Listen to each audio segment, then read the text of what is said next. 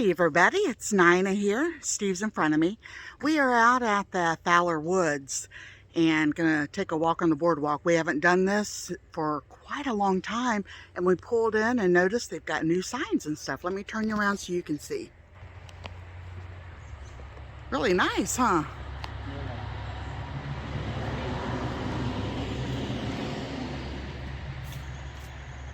Oh, it says when European settlers first arrived in Ohio, much of the state would have looked like Fowler Woods.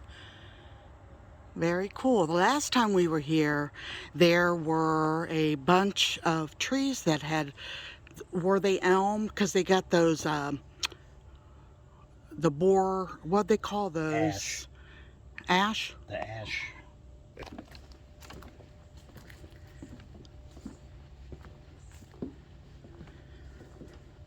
Told Steve I want to just take our time today and look around at nature. I know a lot of the trees, of course, are starting to turn and fall.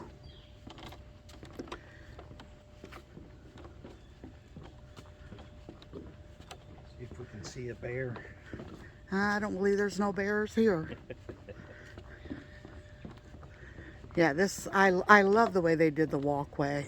It's really good, even for people that have trouble, like on rougher terrain. Don't have to worry about twisting an ankle or something.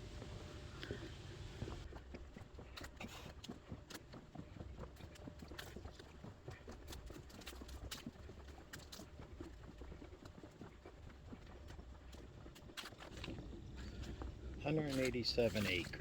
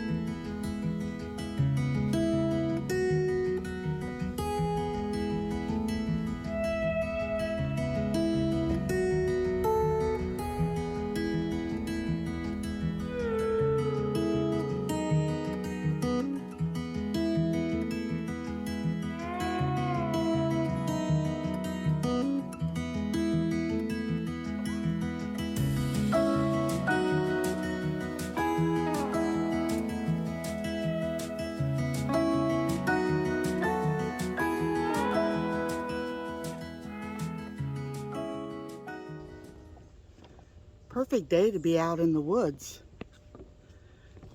It's about 60 degrees. It's 58 when we pulled in. 58. Parking lot. But the sun's coming through the trees.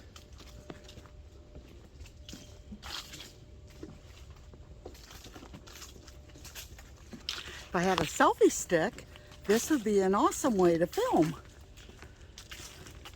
But I can't do it very long because my arm gets tired.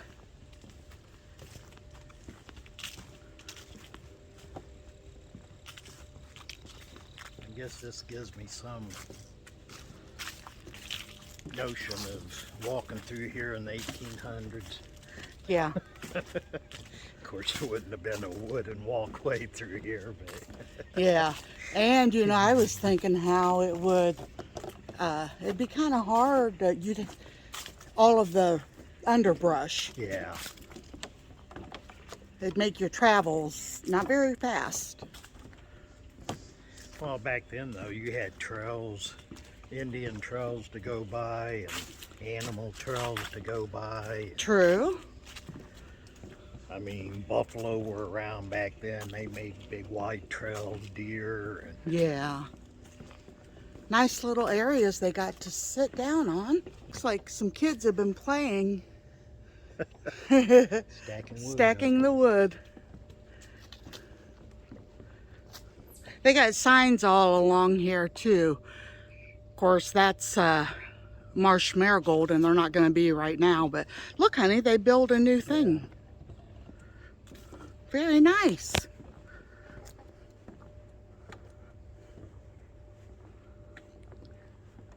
Must get a little bit of water through here. That's why they build it up a little bit. It's beautiful. Hey, you got Steve and me both. Did you hear that bird? Yeah. Me too.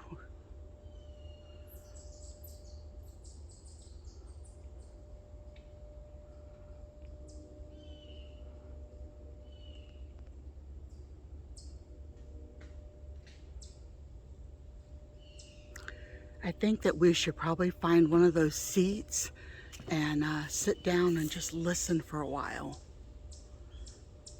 I was trying to figure out what was coming through the woods there. Here's some of those big trees that we seen the last time we were here. Look at that whole area. They got whatever that boar was, and it damaged them, and I'm not sure why they didn't. Maybe they're just gonna leave them like that to go back to the land. I don't know.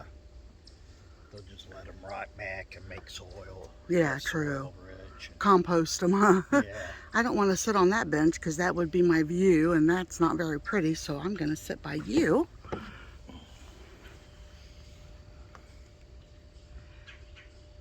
Oh. Up there goes a squirrel. Or a chipmunk. No, it's a squirrel. Was it? Yeah. Okay, I'm going to be quiet and see what we can see. It just ran away. It was on, right there it is. Oh, there it goes. Shoot. There it is.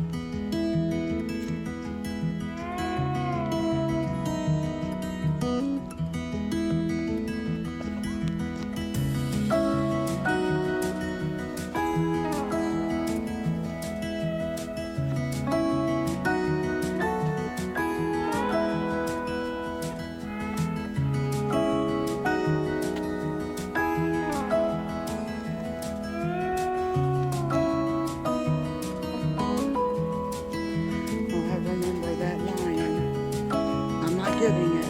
Look at his nose.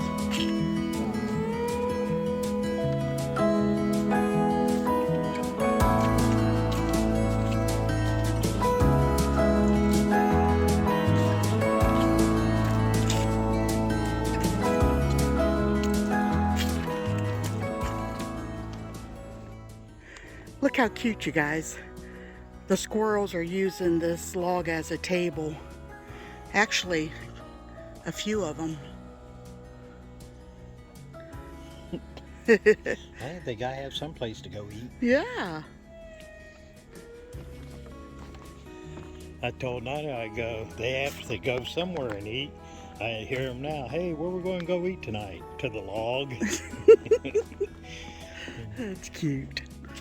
Steve was just saying, at least the mosquitoes aren't biting. I said, yeah, that's one good thing about coming when it's chilly.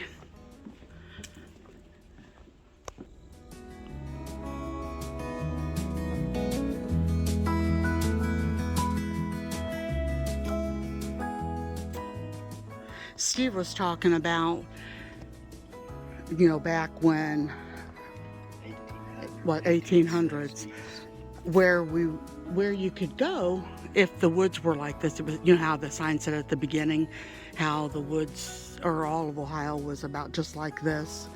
And because we don't know where any caves or anything are. And I said, hey, look at that tree. You could always lay down up in there, get off the ground and cover it up from the rain if you needed a rest, rest stop. Well, maybe, but look at the big hole in the top here. Well, that's, yeah, but you would still be covered. Yeah, that's where that split. But up where I was talking about, where that piece of someone laid, or it laid there itself, right there. That would work. Well, like I said, I read a lot of Louis L'Amour books, which I've read them for 40 years or longer now. And I read those and get back into that time of history and think about what it'd be like back in then, riding a horse through here. Yeah. It'd be slow going. Yeah. Especially with all these trees down.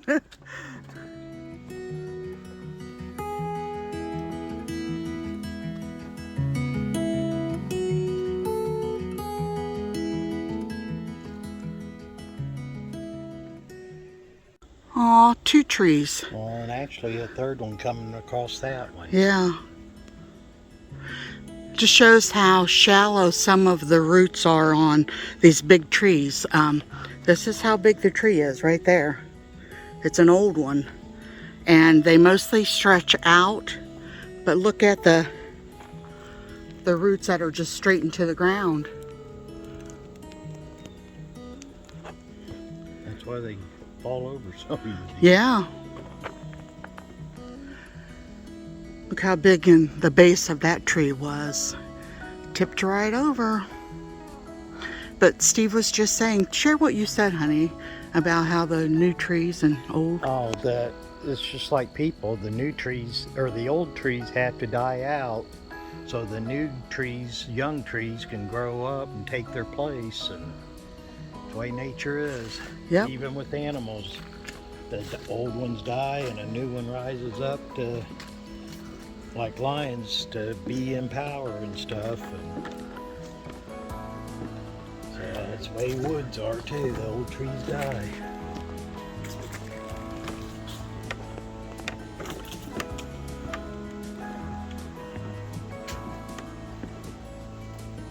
That looks almost like a fire down at the bottom. I don't know. Some type of fungus. Just rotted, yeah, fungus. I wanted to show you guys all of the like worm marks. See all that in that tree? They were at one time up underneath the bark. Pretty cool. Yep.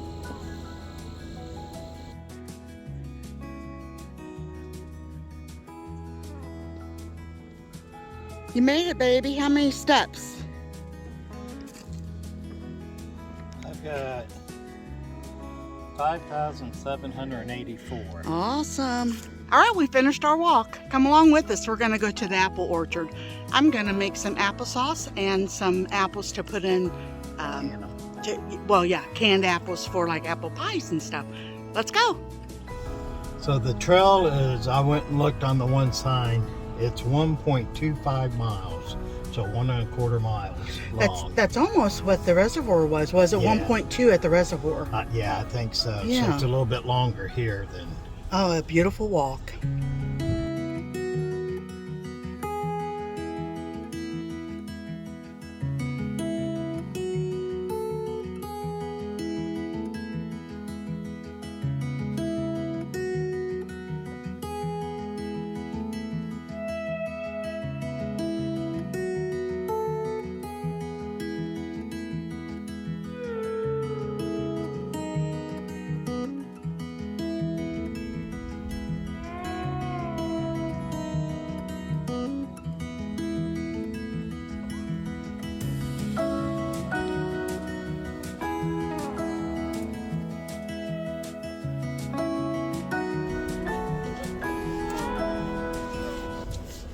All right, we just got done buying apples, so We always buy more than what we're what we come for. going for. We got some of the Rosalie that Steve's too. I think it's both of our Yeah. favorites.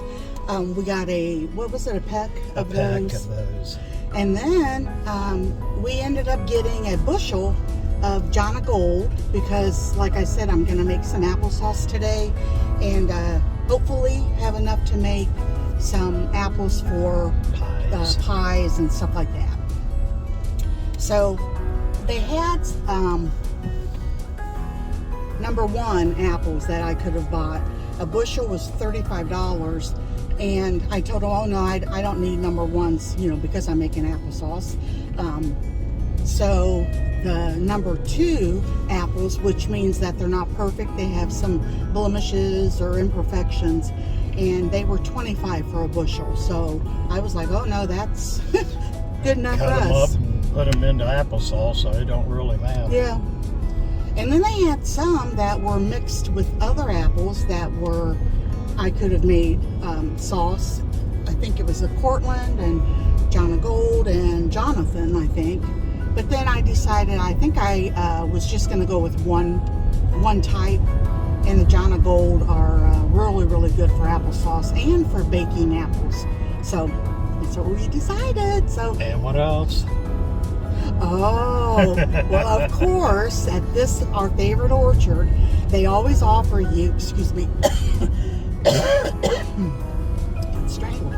They always offer you an apple, and if you don't want an apple, well, today we didn't get any apples because we were buying a bunch. They probably figured we had enough. Yeah, we'd already been in. But they offered us a sample of their cider. Wow, oh, man, was that good. And yeah, a little cup about that big. It was so good. So Steve looks at me with that look that I know after being married for almost 38 years. In January to be 38 years. I was like, you want some of that, don't you? And he was like, yeah. So he went and got him a half a gallon. Yeah.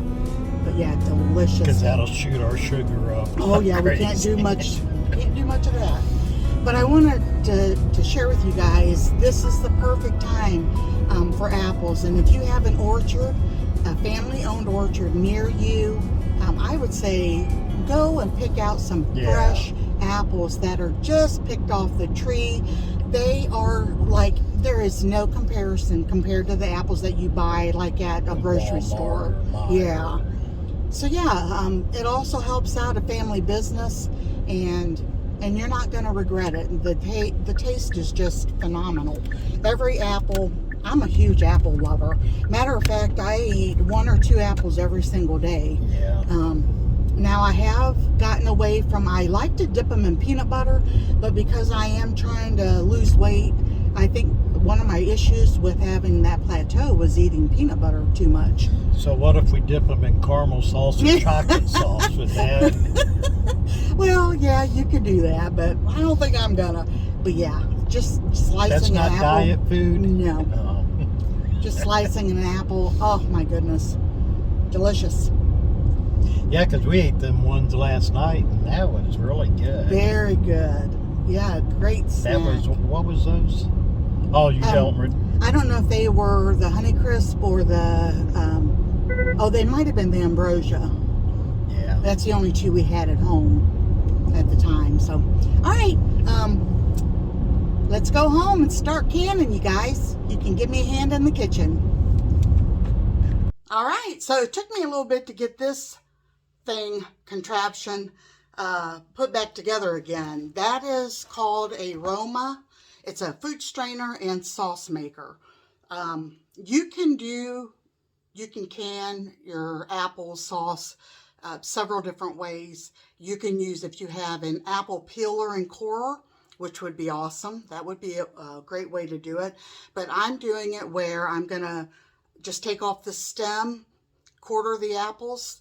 I'm gonna throw them in a pot, cook them until they're soft, and then I'll show you how it works through this. That thing will strain out seeds and the core, all that stuff. And then I can give whatever is left over to the chickens. So we won't let anything go to waste. So what we're going to need is, now you can start out with about 12 pounds of apples, so between 10 and 12 pounds of apples. Another way to figure that up is I wrote it down so I wouldn't forget. You can count out about 30 to 35 apples if you want to do it that way. Now, before, I think I used something called, it's from Ball. It's a fruit and fresh fruit produce thing so that you can keep the apples from turning. like more of a brown color, but I'm going to try to do it without it because I am out of that stuff. So all I'm going to need, I'm going to start out with about 33 to 35 apples.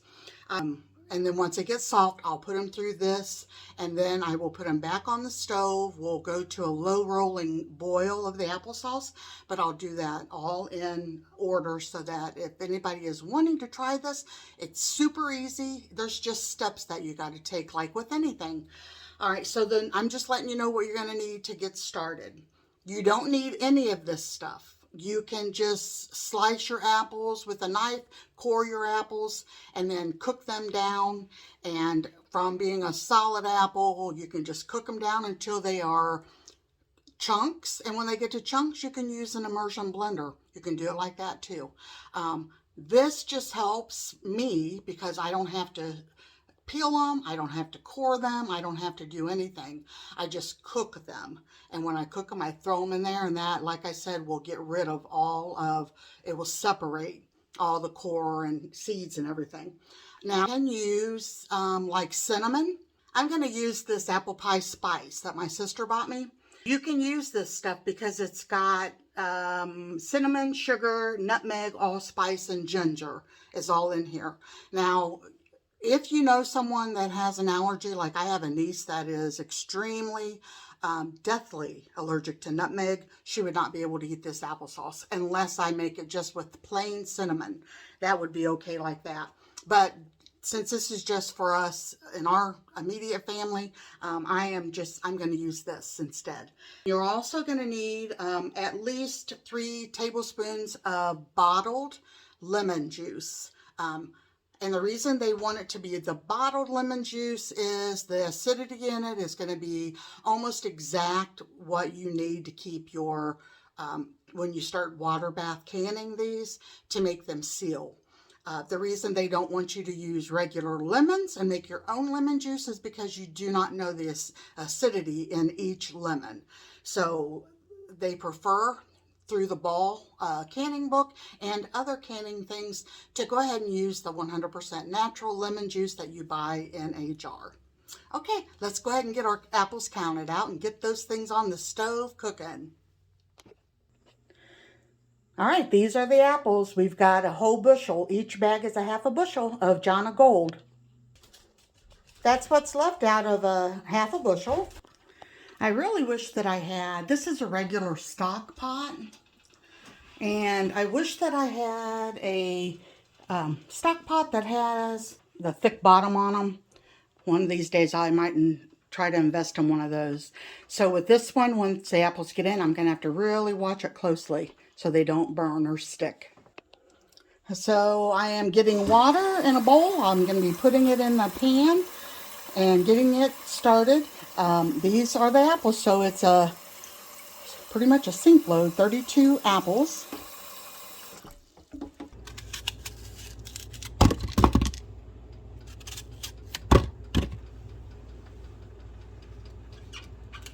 I'm going to go ahead and add these to the water so that it will help them from turning brown quite so fast.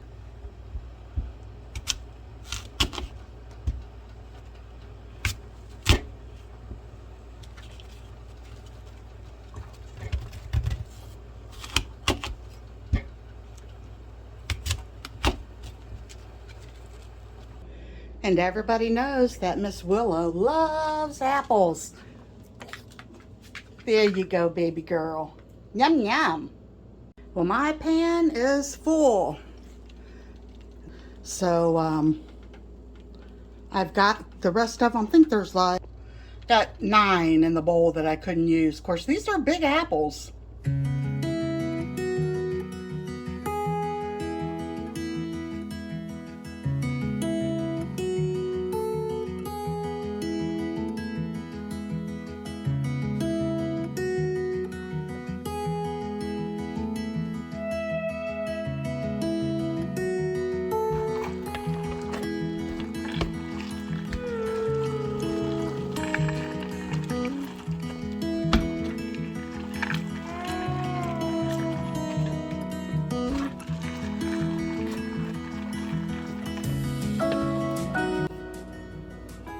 And you can see here that the skins have all loosened up on the apples. And they're up in the top here, and it comes with this little plunger thing. So you just keep plunging them down into the hole as you're turning the handle below. Really kind of neat how it separates everything with that strainer that's in there.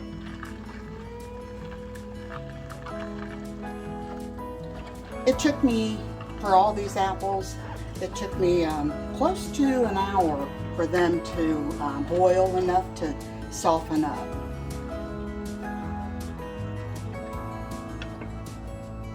So far we've got this bowl, and then I'll have to cook that for a while. And I emptied all of this, which was every one of those apples, and it filled up the top one more time. So I got quite a bit out of that, so I'm gonna go ahead and run that through one more time. So that will be, when I get that done, it will be a total of 3 times. Okay, I'm on the 6th time, and you can see the more that you do it, the drier that gets, and the more of the apple is going into the bowl. So if you have one of these Roma, that's what you want to do. You want to just keep pouring this back into the big bowl on top and keep pressing it down so that you'll get everything that is yummy into your applesauce. All right, that's after 7 times, and it's pretty dry. And then I forgot to show you guys this, but I've been going and scraping this off so that it would still drain good. That's all delicious apple. But yeah, I can't see it while I'm looking into the camera, but let's get this on the stove. Put it on the stove, and I'm gonna add some of the spices. I think I'm only gonna do 2, and then I'm gonna taste it.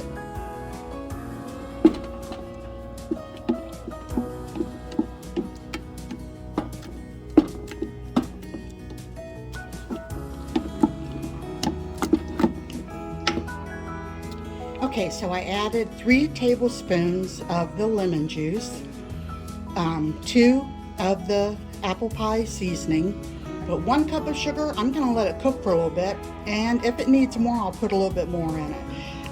I know I've made it in the past with no sugar, but go ahead and add maybe another tablespoon of the cinnamon. I think that's what I'm going to do. It's starting to boil a little bit. I love the color with that cinnamon in it. And this pan is very thin on the bottom, so I have to make sure I do not let this burn or stick at all. I've got my water bath, got a little bit of water in it, got it heating up, and I'm gonna have to put it on this burner because the other burner is not quite big enough. I've got my pint-sized jars all washed and waiting.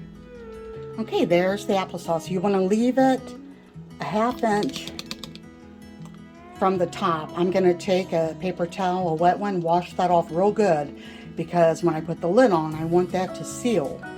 I'll be back in a minute, and we'll put them in the canner. Alrighty, I have 8 pint-sized jars in the canner. And then I had almost a full one left over. I'm just going to stick that in the fridge, and we can have that with lunch tomorrow with our sandwiches. We have really hard water, so I put a big old dash of vinegar in here, and it will keep all of the powdery white stuff, hopefully, from the iron in the water off of the jars. Hush, Willow. So what we're going to do is let this come to a good boil. Once it starts boiling, we will process these pint-sized jars for 20 minutes. All right, they are all done. I want to thank you guys for going with us everywhere today. And oh, did you hear it pop? They're starting to pop. That's awesome. But anyway, thanks for going with us, and we'll see you guys on the next video. Take care, and God bless you all.